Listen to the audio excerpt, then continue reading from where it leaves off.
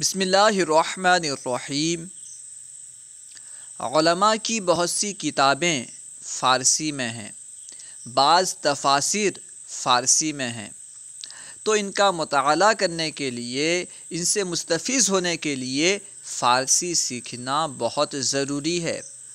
اگر آپ اردو میں کوئی کتاب لکھنا چاہتے ہیں، کوئی مقالہ لکھنا چاہتے ہیں، یا اردو میں شعر و شاعری کرنا چاہتے ہیں، تب بھی فارسی سیکھنا بہت ضروری ہے، کیونکہ اردو زبان میں فارسی کے بہت سارے الفاظ استعمال ہوتے ہیں۔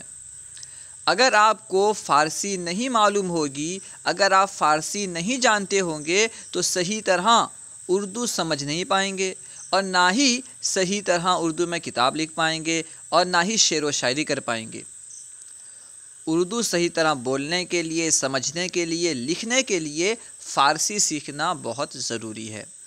اسی وجہ سے ہم فارسی پڑھ رہے ہیں۔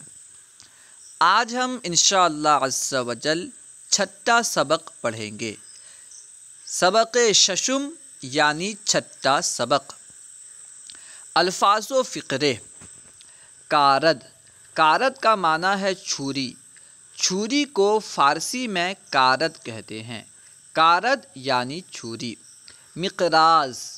مقراض یعنی کینچی۔ کینچی کو فارسی میں مقراض کہتے ہیں۔ مقراض یعنی کینچی۔ فقرے اور معنی۔ کارد خوب است۔ کارد یعنی چھری، خوب یعنی اچھا، اچھی، است یعنی ہے۔ کارد خوب است، چھری اچھی ہے۔ کارد خوب است، چھری اچھی ہے۔ مقراض تیز است۔ مقراض یعنی کینچی، تیز یعنی تیز، است یعنی ہے۔ مقراض تیز است، کینچی تیز ہے۔ الفاظ اور معنی۔ در۔ در کا معنی ہے میں۔ لفظ در میں کے معنی میں استعمال ہوتا ہے، جیسے کہتے ہیں گھر میں، تو یہاں جو میں استعمال ہوتا ہے اس کے لیے در استعمال ہوتا ہے فارسی میں۔ در یعنی میں۔ بر یعنی پر۔ پر کے لیے فارسی میں بر استعمال ہوتا ہے۔ از۔ از کا معنی ہے سے۔ از یعنی سے۔ با یعنی ساتھ۔ ساتھ کے لیے فارسی میں با استعمال ہوتا ہے۔ فقرے اور معنی۔ در قلمدان۔ در یعنی میں، قلمدان یعنی قلمدان۔ در قلمدان، قلمدان میں۔ در قلمدان، قلمدان میں۔ در خانہ، گھر میں۔ در یعنی میں، خانہ یعنی گھر۔ در خانہ، گھر میں۔ در خانہ، گھر میں۔ از مدرسہ۔ از یعنی سے، مدرسہ یعنی مدرسہ۔ از مدرسہ، مدرسہ سے۔ از مدرسہ، مدرسہ سے۔ در مدرسہ ہیچ کس نیست۔ در مدرسہ، مدرسہ میں۔ ہیچ یعنی کوئی، کس یعنی آدمی، نیست یعنی نہیں ہے۔ در مدرسہ ہیچ کس نیست۔ مدرسہ میں کوئی آدمی نہیں ہے۔ در مدرسہ ہیچ کس نیست۔ مدرسہ میں کوئی آدمی نہیں ہے۔ حامد با محمود رفت۔ حامد محمود دو آدمی ہیں، با کا معنی ساتھ، رفت یعنی گیا۔ حامد با محمود رفت۔ حامد محمود کے ساتھ گیا۔ حامد با محمود رفت۔ حامد محمود کے ساتھ گیا۔ در قلمدان چیست۔ در یعنی میں، قلمدان یعنی قلمدان، چیست یعنی کیا ہے۔ در قلمدان چیست، قلمدان میں کیا ہے۔ راشد چه گفت۔ راشد ایک آدمی کا نام ہے، چہ یعنی کیا، گفت یعنی کہا۔ راشد چه گفت، راشد نے کیا کہا۔ راشد چه گفت، راشد نے کیا کہا۔ موہن بمدرسہ رفت۔ یہ جو با ہے یہ سے کو تک یعنی بہت سارے معنی کے لیے استعمال ہوتا ہے۔